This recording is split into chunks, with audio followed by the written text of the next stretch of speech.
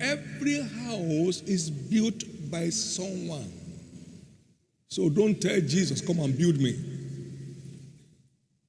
Everybody has a responsibility. Hebrews chapter 3 verse 4. Every house is built by someone, but he that builds all things is God. We build with the help of God, but we have to be committed to the building. I commend you to God and the word of grace to build you up so as to give you inheritance among them that are sanctified. Acts 20 and 32. I once said, any faith that seeks to make God absolutely responsible for the outcome of our life is irresponsible faith. Irresponsible faith. Every house is built by someone, but he that builds all things is God.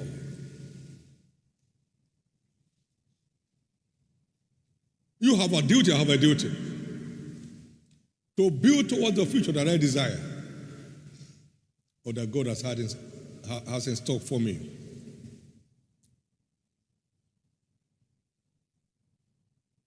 Everything great starts small. Even Christ, the Son of the Highest, began his journey on earth as a babe in the manger. Luke 2:7.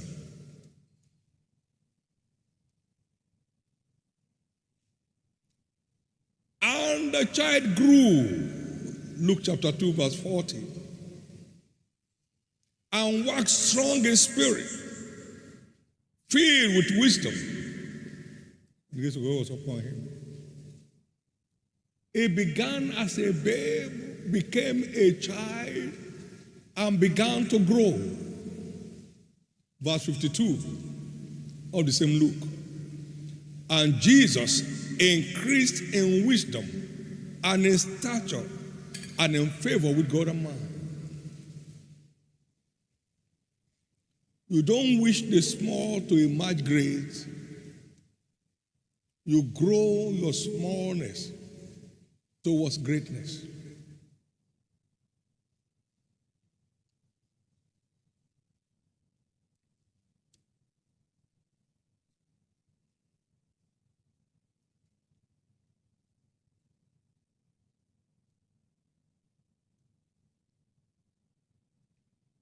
For instance, the average weight of new babies born is 3.2 to 3.4 kg. Normal range, of course, is 2.5 to 4.5. Adult average weight is 70 to 80 kg from 2.5 or 4.5 at birth to 70, between 70 and 80 kg at full adult.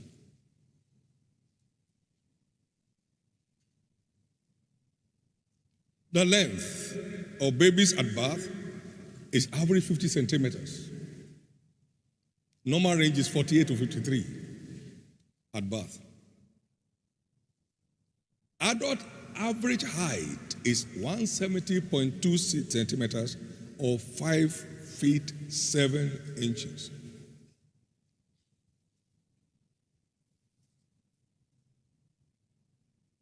At some point, there were only 8 humans on the face of the earth after the flood. That is the family of Noah. But today, millions live on the face of the earth. From 8. Abraham had nothing to pack when God commanded him to leave for where we show him. The Bible says he simply departed, not he was packing. There was nothing to pack. But grew to become an emperor with an army to himself, and ultimately a symbol of generational blessing. called forth in Genesis 12, 1 to 4, we saw an army, his own army, took on the army of another nation and conquered them. Genesis 14, 14 to 20.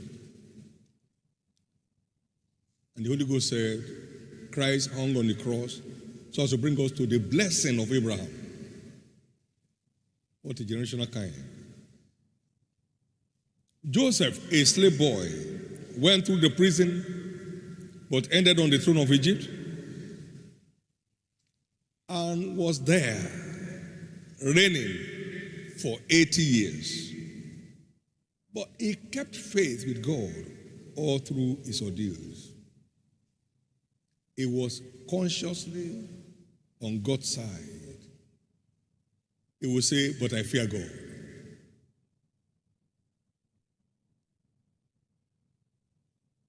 The 4 Hebrew boys were called children. As for these 4 children, God gave them. They were children, captives. But they chose to walk with God from their youth and became rulers in the land of their captivity. Everything great starts small.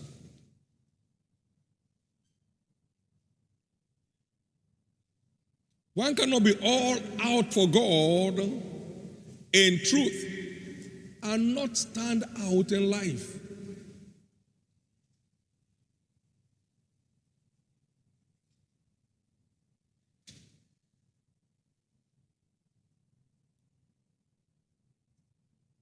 You watch the mustard seed, is the tiniest of all seed, but when it is sown, when it's dedicated to the earth, it grows up and throws out great branches, and the birds of the air come to make their nest in it. Mark 4, 30 to 33. We must mind God in our days of small beginnings and believe God for grace to keep doing so all the days of our life, like Daniel and his companions. At the height of grace in his life, they could not find anything wrong with him, for he was a faithful man.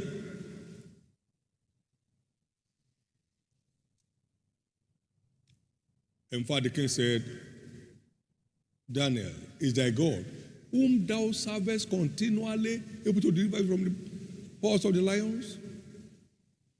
He wasn't a secret disciple. Even the king knew.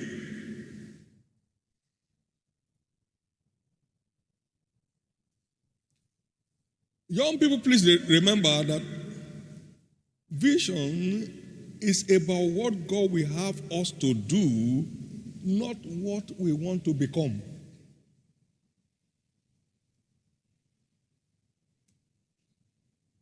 What would you have me to do, Jesus?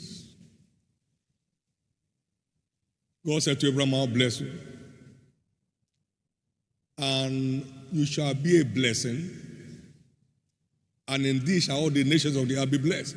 So it's not free blessing, it's blessing on assignment. Blessing on assignment.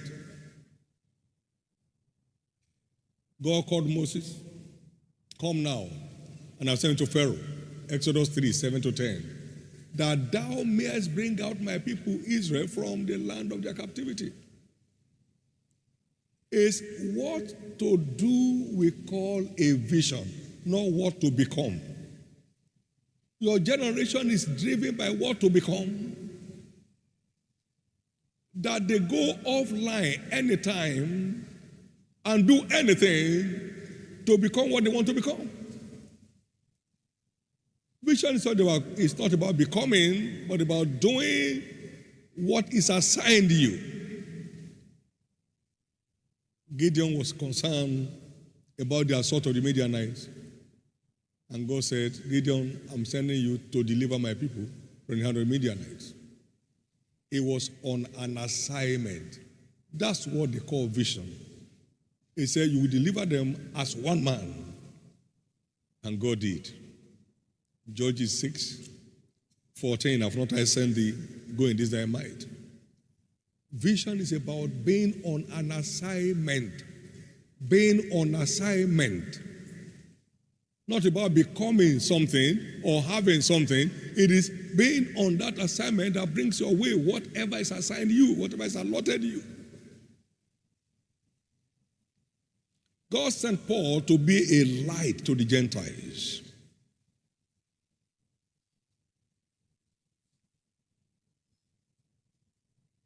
Now, as long as he was there, it was obvious. In fact, they would exclaim, the gods have come down to us in the likeness of men.